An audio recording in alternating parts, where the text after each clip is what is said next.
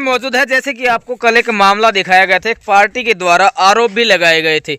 तो इस मामले में हमने कहा था कि अभी पार्ट 1 है, जिसमें कुछ लोगों से हमने बातचीत की है। अभी एक बार फिर से दरसू गांव में ही मौजूद है, जान लेते हैं लोगों से आखिर इस मामले की असल सच्चाई क्या है और जो आरोप लगाए गए हैं उनमें क्या सच्चाई है, क्या आरोप सही है और अगर सही है तो गलत कौन सही कौन, इसका फैसला जनता करेगी। आप कमेंट सेक्शन में जवाब अवश्य दें। एक बार लोगों से हम बातचीत कर लेते हैं, जान लेते हैं क्या कहना है सारे मामले को लेकर। जो लोग हमारे साथ मौजूद है, एक बार उनसे 2-2 मिनट के लिए बारी बारी हम बातचीत कर लेते हैं। हाँ जी, नमस्कार जी। नमस्कार। क्या नाम? ओम प्रकाश। ये जो विवाद चला हुआ है हाँ जी। हमजा पीर कमेटी में, बता रहे भी गबन भी हुआ है, सामान भी जो पंचायत उस पर आरोप लगाए कि चोरी करके बेच दिया गया, क्या है ये सारा मामला? ये 70-80 हज़ार का इन्होंने भी बेचा है, ये 5-4 दिन पहले। अच्छा अच्छा। वो तो कह रहे कि भी हमारा तो कोई इन्वॉल्वमेंट नहीं है, पंचायत ने बेचा है जी, मैं हमने खुद देखा है। तो क्या आपके पास इसके सबूत है कि सामान उन्होंने बेचा है? रिकॉर्डिंग मिल जाएगी जी। क्या नाम भाई? मेरा नाम रोहित शर्मा जी। रोहित भाई, ये जो मामला चला हुआ है जिसके कारण विवाद भी है गांव में, आरोप प्रत्यारोप भी लग रहे हैं, पहले तो ये मामला बता दीजिए, असल में पूरा मामला क्या है ये? मैं जी इस टाइम पंच हूँ फिलहाल पंचायत में, और हमारी पूरी पंचायत यहाँ पे 8% है। कल यहाँ पे सूट हुआ था कि भाई यहाँ पे ये काम हुआ है। अगर गबन का आरोप लगाया है तो कोर्ट में केस चला गया है, हम कोर्ट में जाके पेश हो जाएंगे अगर हमारे ऊपर गबन का आरोप है। कल उन्होंने कहा कि ओम प्रकाश सन ऑफ गिस्साराम उनके पुत्र हैं, उन्होंने भाई ऐसे ऐसे चोरी किया है। अगर हमारे ऊपर गबन का आरोप है तो हम कोर्ट में पेश होकर उन्होंने केस कर दिया जी। हमारे ऊपर पूरी पंचायत पर, डीसी साहब पर, एसडीएम साहब पर, तहसीलदार पर, ग्राम सचिव पर, बीडीओ पर, सरपंच साहब पर, इन सब के ऊपर उन्होंने केस डाल रखा है जी। अगर हम गुनहगार हैं तो हम कोर्ट में जवाब दे देंगे। अगर वो कहते कि हमारा पीर बाबा है, मेरा बाबा संभालता था, तो मैं एक बात जाहिर कर देता हूँ जी, आप पीछे के सरपंचों को उठा के देखो ना, उन्होंने किसी ने बैठाया तो होगा उनके बाबा को पंचायत में। अगर बैठाया है तो वो अपने कागज पेश कर देंगे कोर्ट में कि हमारा है। आज से कुछ टाइम पहले 2005 में सुरजीत कौर एक सरपंच हुई यहाँ पे, उन्होंने ट्रस्ट बनाने के लिए प्रतिनिधि कोर्ट में इन्होंने पीर बाबा को हैंडल किया। हैंडल करने के बाद फिर दोबारा कोर्ट में केस चला गया, क्योंकि हमने जब से होश संभाला है, नेतराम प्रधान जाति कुम्हार से वो इसके प्रधान रह चुके हैं। कारण क्या है कि उन्होंने ट्रस्ट बनाने की सोची, उससे पहले भी नेतराम रह चुके हैं प्रधान, उन्होंने जबरदस्ती सरपंच आने की वजह से ट्रस्ट बनाया। फिर वो ट्रस्ट हटने के बाद कोर्ट ने ऑर्डर कर दिया कि मुसलमान लीग पर ट्रस्ट नहीं बन सकता है। उन्होंने खारिज करने के बाद नेतराम की कमेटी को वैसा का वैसा सुचारू रूप से चला दिया। फिर 2011 में उन्होंने कहा कि सिस्टम को बदल दिया जाए, तो 2011 में एसडीएम साहब को, डीसी साहब को इसका रिसीवर एडमिनिस्ट्रेटर नियुक्त किया गया, मगर डीसी साहब के पास पावर ज्यादा होने की वजह से तहसीलदार को नियुक्त किया गया। तहसीलदार इसका जितना भी पैसा है, जो भी चीजें हैं, वो सारी वो अपने अंडर में रखते हैं। उनके कुछ बंदे बैठाए हुए थे, वो कुछ टाइम यानी कि 13-14 साल से वो सेवा दे रहे हैं। उनकी तनख्वाह वगैरह तहसीलदार साहब जानते हैं, पंचायत का कोई इश्यू नहीं था। तो सारा माजरा तहसीलदार साहब देख रहे हैं। अगर तहसीलदार पे भी ये गबन का आरोप लगाते हैं तो कोर्ट में केस है उनके ऊपर भी, वो भी वहां जवाब दे देंगे। अदरवाइज हमारे ऊपर ये ब्लेम करते हैं कि हमने चोरी की है या कुछ किया है, तो पब्लिक के सामने प्रूफ लाओ। झूठी वीडियो बना रहे हैं, मेरे बारे में वीडियो बनाई, मुझे जान से मारने की धमकी दी, मेरी कोर्ट में केस है इनके ऊपर। आज से 2000 पिछले जो मुकेश सरपंच थे उनकी योजना में भी 113 नंबर फाइल पे केस है इनके ऊपर, अभी भी कोर्ट में केस चल रहे हैं। सिर्फ उस केस के दबाव में ये पूरे गांव को पजल कर रहे हैं सर। और आप कुछ पूछना चाहते हैं तो मैं अभी आपको प्रेजेंट में जवाब। अच्छा, उन्होंने ये कहा है कि भी तहसीलदार को जो चार्ज है वो दे दिया गया है, तो बता रहे कि भी कुछ 6 लाख रुपए का बिल भी पेंडिंग बता रहे हैं सर। तो ये बोल रहे हैं कि भाई जो एक्चुअल में कारण क्या है कि तहसीलदार साहब ने सारा अपना बैलेंस इंक्वायरी बना रखी है। आप कोर्ट में ये कहते हैं कि हमने आईटीआई मांग लिया, आईटीआई का जवाब दे देंगे तहसीलदार साहब। और अगर कोर्ट में केस है, अगर सटे नहीं है तो ये पीर में बढ़ कैसे सकते हैं? आप गांव से पूछो ना, अगर ये पीर में बड़े हैं, जबरदस्ती कब्जा करने गए, तो इसका मतलब इनके साथ कुछ हुआ है। ये विवाद कहां से शुरू हुआ? ये विवाद कुछ नहीं जी, सबको पीर बाबा चाहिए था। तहसीलदार साहब देखेंगे, और मैं तो प्रशासन से कहना चाहता हूँ जी, पूरे को अडॉप्ट कर लो आप। तहसीलदार साहब कब से देख रहे हैं इसको? तहसीलदार साहब 2011 से, उससे पहले नेतराम प्रधान होता था जी, करीब काफी टाइम से। मैंने अपनी एज में नेतराम प्रधान को देखा है। इसमें योजना मतलब जहां से मैं सरपंचों को जाता हूं, बनवारी लाल दया कौर बनी जी जब नेतराम देख रहा था, दया कौर के बाद हरनाम सिंह सरपंच बने जब नेतराम देख रहा था, नेतराम के बाद फिर सुरजीत सिंह आई, सुरजीत कौर ने ट्रस्ट बनाया, ट्रस्ट को बहाल किया, बहाल करने के बाद नेतराम प्रधान केस जीत गए, फिर वो दोबारा पीर बाबा में प्रधान आ गए।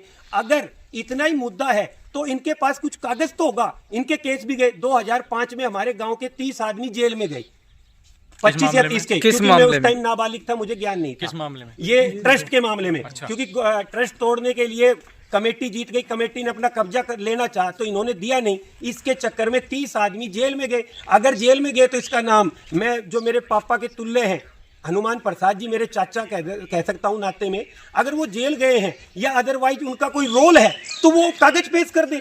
भाई अगर केस चलता है तो कहीं तो उनका नाम होगा केस में, कोर्ट में। मतलब आज से ज़्यादा नहीं तो 25 साल से कोर्ट केस चल रहे हैं और वो अपना नेतराम भगत जी केस को जीतता है। मेरे पास कुछ डॉक्यूमेंट है, मैं आपको रिलीव कर दूंगा उस चीज़ों को लिए कि भाई आप देख सकते हैं। तो ये बवाल है, अगर इस चीज़ को देखना चाहते हैं तो तहत से प्रशासन इसकी इंक्वायरी करे। अगर कोर्ट केस चल रहा है तो मैं प्रशासन से अपील करना चाहता हूं कि इसके मद्देनजर रखकर किसी की यहां पर घुसने की परमिशन ना दे जब तक कोर्ट का फैसला नहीं आता है। आप कोर्ट में कागज पेश कीजिए जी। तो जिस तरह से लगातार ये मामला चर्चा का विषय भी बना हुआ है, इससे कहीं ना कहीं जो गांव में जो शांति व्यवस्था है, सौहार्द का माहौल है, वो भी खराब हो रहा है। क्या नाम है आपका और क्या कुछ कहेंगे इस सारे मामले को लेकर? आमजन से क्या अपील रहेगी? मैं ग्राम पंचायत का पंच हूँ जी।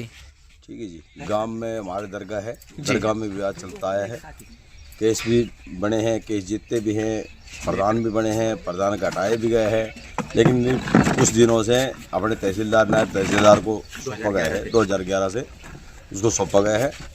उसके बाद में उसमें क्या है कि जो ट्रेजरी है, जो गल्ला है, वो तहसीलदार करेगा, बाकी बाहर की देख रेख ग्राम पंचायत आने वाली जब भी पंचायत है ग्राम पंचायत करेगी।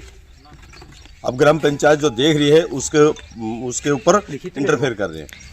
ये तो माहौल जो खराब हो रहा है गांव में इस सारे विवाद को लेकर के, इसको लेकर के क्या कुछ कहेंगे, क्या कुछ मैसेज रहेगा ताकि जो भाईचारा है, शांति व्यवस्था वो बनी रहे? माहौल सर ऐसा ही है कि जैसे पंचायत को देख रेख के लिए कह रखा है तो पंचायत को देख रेख करने दो। क्यों माहौल खराब, गाँव का माहौल क्यों खराब कर रहे हैं?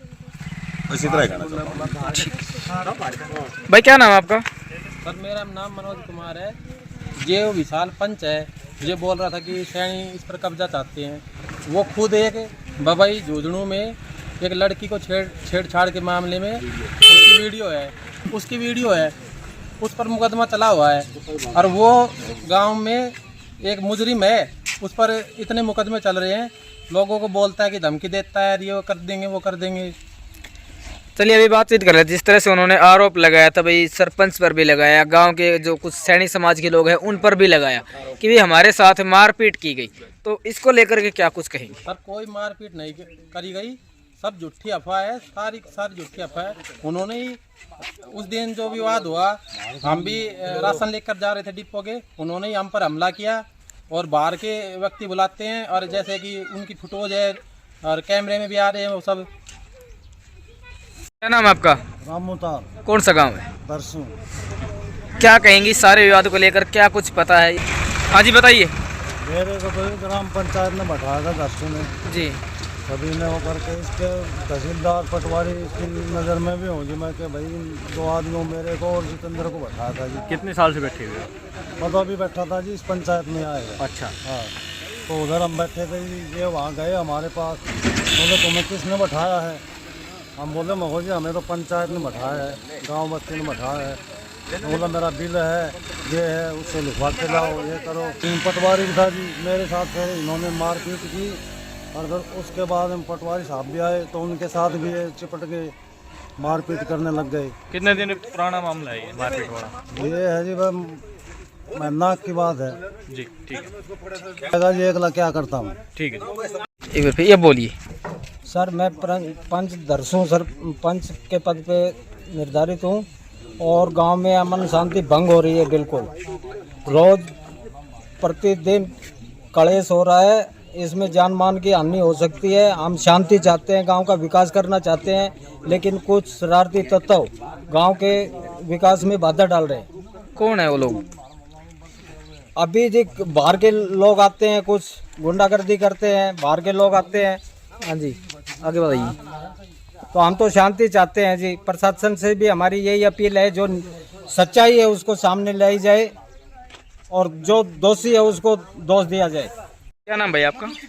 मैं जितेंद्र नाम है मेरा। ये जो विवाद चल रहा है हमजा पीर दरगाह को लेकर के, क्या कुछ कहेंगे और आपका इससे क्या कनेक्शन है?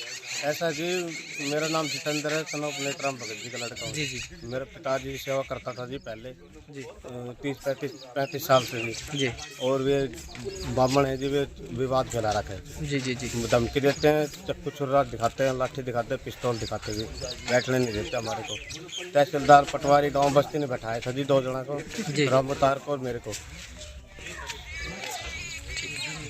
मैं रविता वर्तमान में सरपंच पद पर हूँ।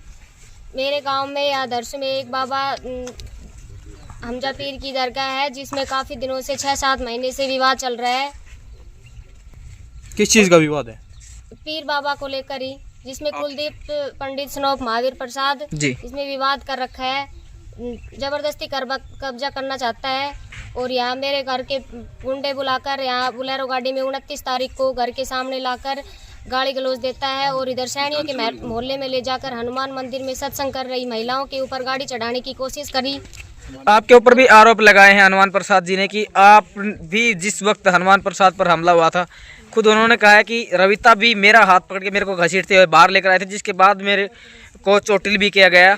मैंने उसको छुआ भी नहीं, मैं उससे इतनी दूर थी। उसने पीर बाबा में घुसा था, मैंने धमकी दी कि बाबा में तू ऐसे कैसे घुस गया, बाहर निकल जा।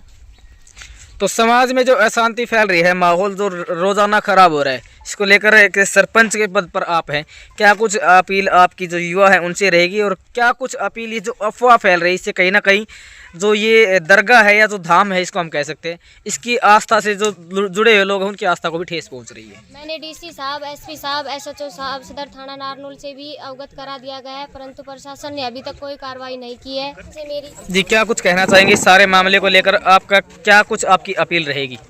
प्रशासन से ये अपील है कि जो ये मामला चल रहा है उसमें शांति बनाए रखे और उस पर जल्द से जल्द कार्रवाई की जाए। विवाद ना फैले, जिससे शांति भंग हो, गाँव की शांति भंग हो।